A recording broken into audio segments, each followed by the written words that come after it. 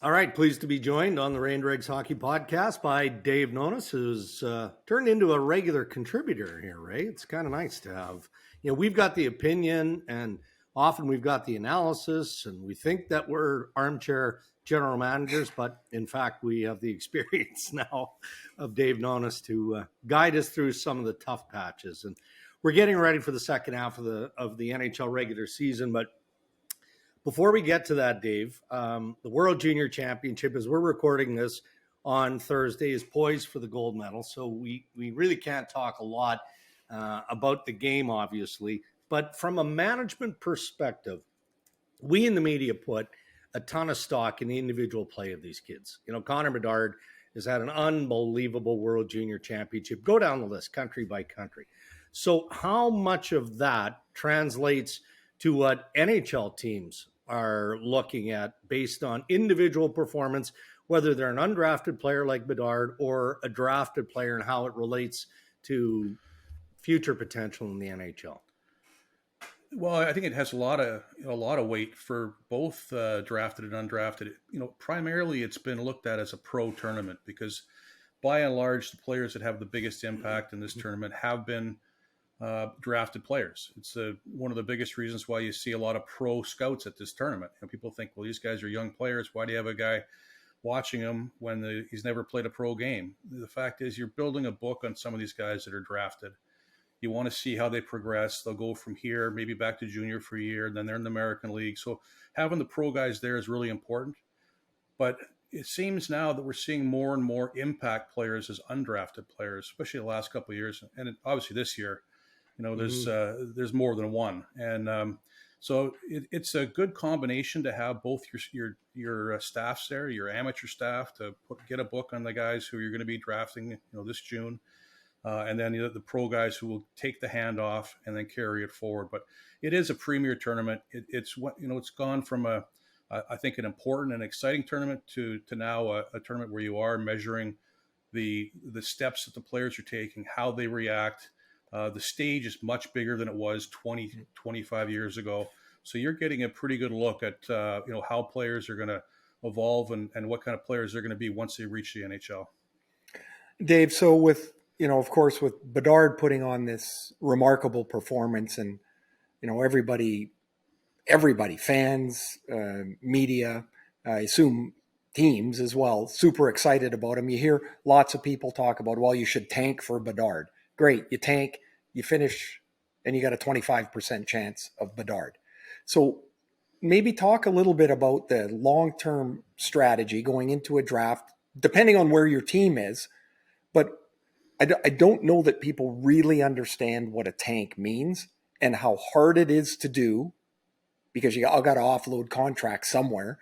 And if you finish last, you're not guaranteed Connor Bedard anyway. So how does that all work? No, that's a good point. And I think people in different markets continue to talk about that. Let's tank and let's get the best player. It doesn't work that way. First of all, tanking is a lot harder now than it used to be. You made a good point. You just can't just unload contracts. It's very difficult to move money and move players that, even if they're not part of your long term, they might be players that have 2 or 3 years left on their contract. That makes them hard to move.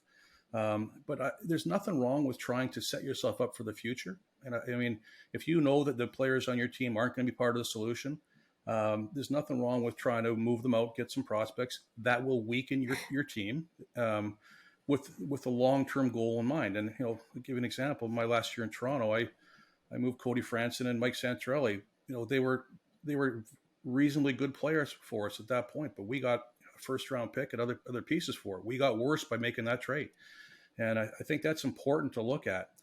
The second thing is, we all remember how Tim Murray's face when he got Jack Eichel. That's a hell of a hockey player he got. But, he put a lot of effort into trying to get down pretty far. And to your point, the prize there was Connor McDavid. Jack Eichel was a runner-up. He's a hell of a player. Everyone would love to have him on their team, but that just goes to show you can't put yourself in a spot where you're going to get Bedard. You just can't do it. Second thing is, Ray, you as a player, you never quit. The manager can do whatever he wants, but the players aren't going to stop playing. They're going to play as hard as they can. The coaches are going to coach the best they can, and the chips are going to fall where they may. And I think there's karma involved in this, somewhat as well. I know one of my first years in Vancouver, we were falling down the standings pretty hard, and Mark Crawford played Gar Snow our last game, and to me, it was important that we lose that hockey game. And he was at that point our starting goaltender. Well, Garth went in from center, and we lost the game anyway. So I think there's something to it. If you actually just play the game, let the manager try to manufacture a roster that is aimed for the future, but the players and coaches aren't going to change the way they play. No. Well, I know from playing, as everybody starts talking about the draft pick, I was, in my 30s, I'm like, well, I don't care about the draft pick. By the time this kid shows up here, it's got nothing to do with me. Dave, I'm curious too, like sometime this month, between now, I guess, and the end of the month, almost every team is going to have their annual meetings. And pros and amateurs will talk, and everybody will set a course for what the trade deadline might look like. How do you set that course? I mean, it's not just your standing. It's much bigger than that, I assume. Yeah, you're starting to look at a bunch of different things. You're starting to look at players that may become free agents at the end of the year. If you're a team that's selling, you're looking at teams that are good matches for the players that you might be moving on. So those scouts are coming to the manager and saying, listen, these 4 teams are a really good match for Frank Smith, and you might want to start having some conversations with them to see if there's a fit there. So there's a lot of ranking and discussions that go on, particularly amongst the pro guys. Their job is to put together a list of players that might be a good fit, whether you're buying or you're selling.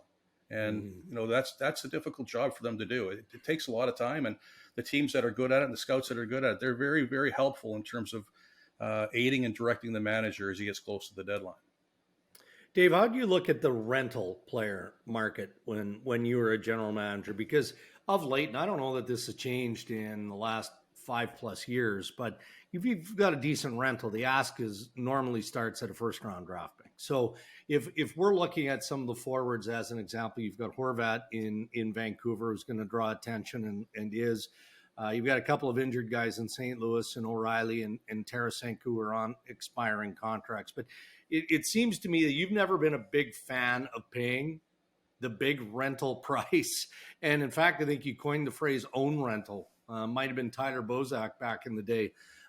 But how do you justify that? Or is it specific to what you need and the fact that you can't afford to take on any sort of term because now you're worried about not only the playoffs and how deep you might go, but you're worrying about what your salary structure looks like the year following?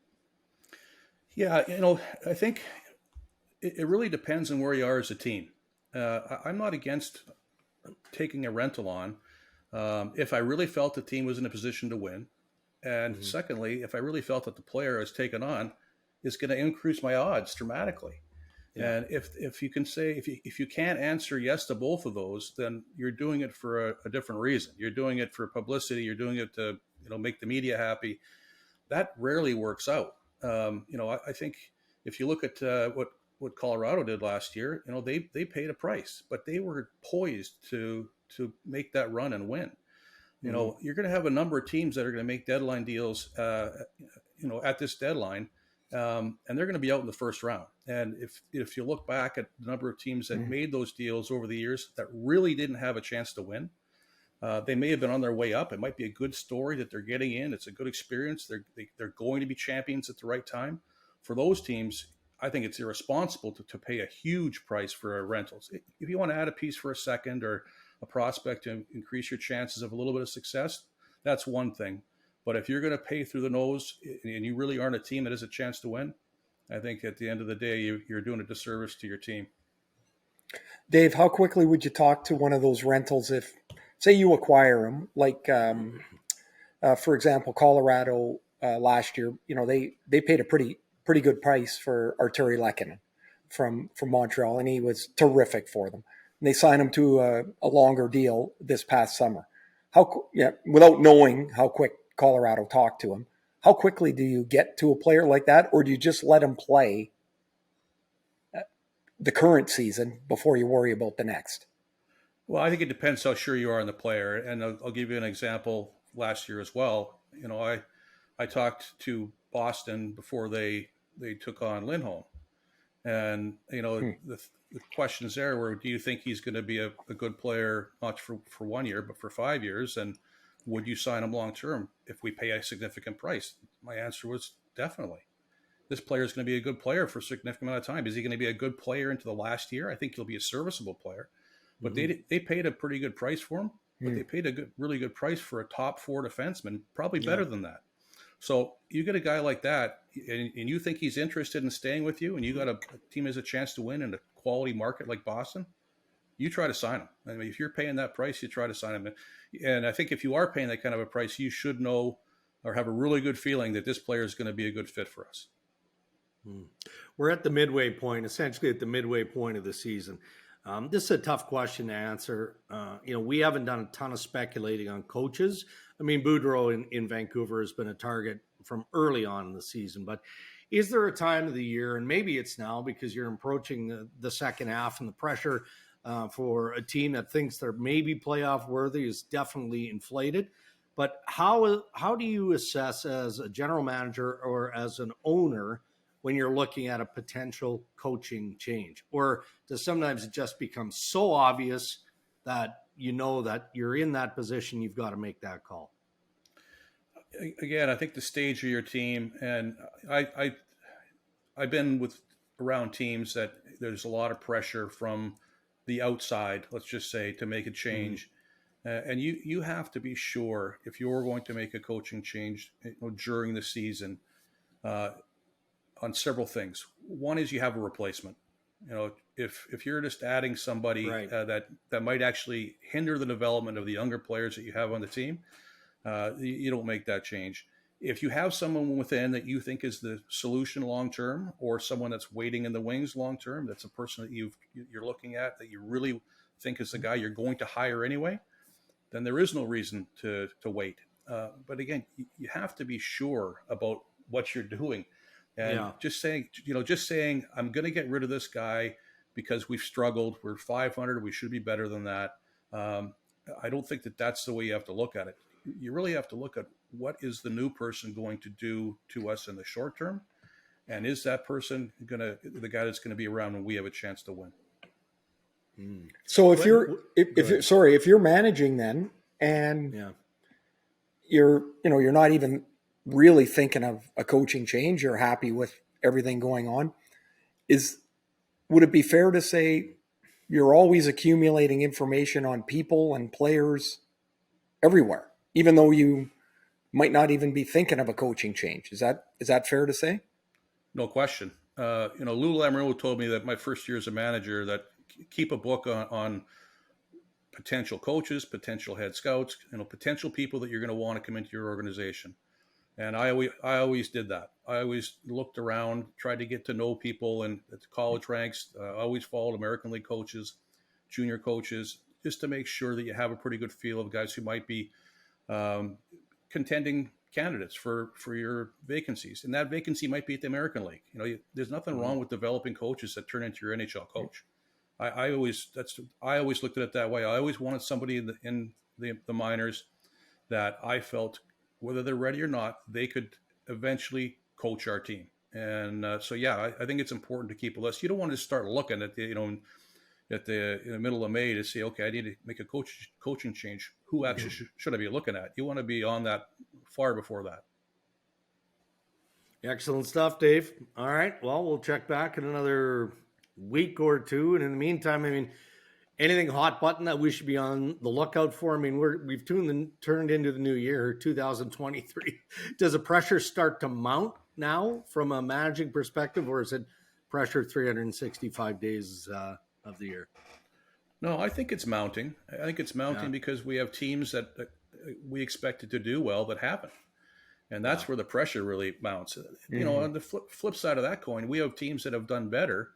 And there is pressure there too. You don't think there's pressure in New Jersey to keep this thing rolling. They're saying, okay, maybe that people didn't expect us to be here, but we are. So now what do we do to keep this going? So I think it is starting to mount. I think there's going to be some really interesting storylines between now and the deadline, and I think you're going to start to see them over the next 2 weeks. Beautiful. Excellent. Thanks for joining us once again, Dave. Appreciate it. All right, guys. Thank you.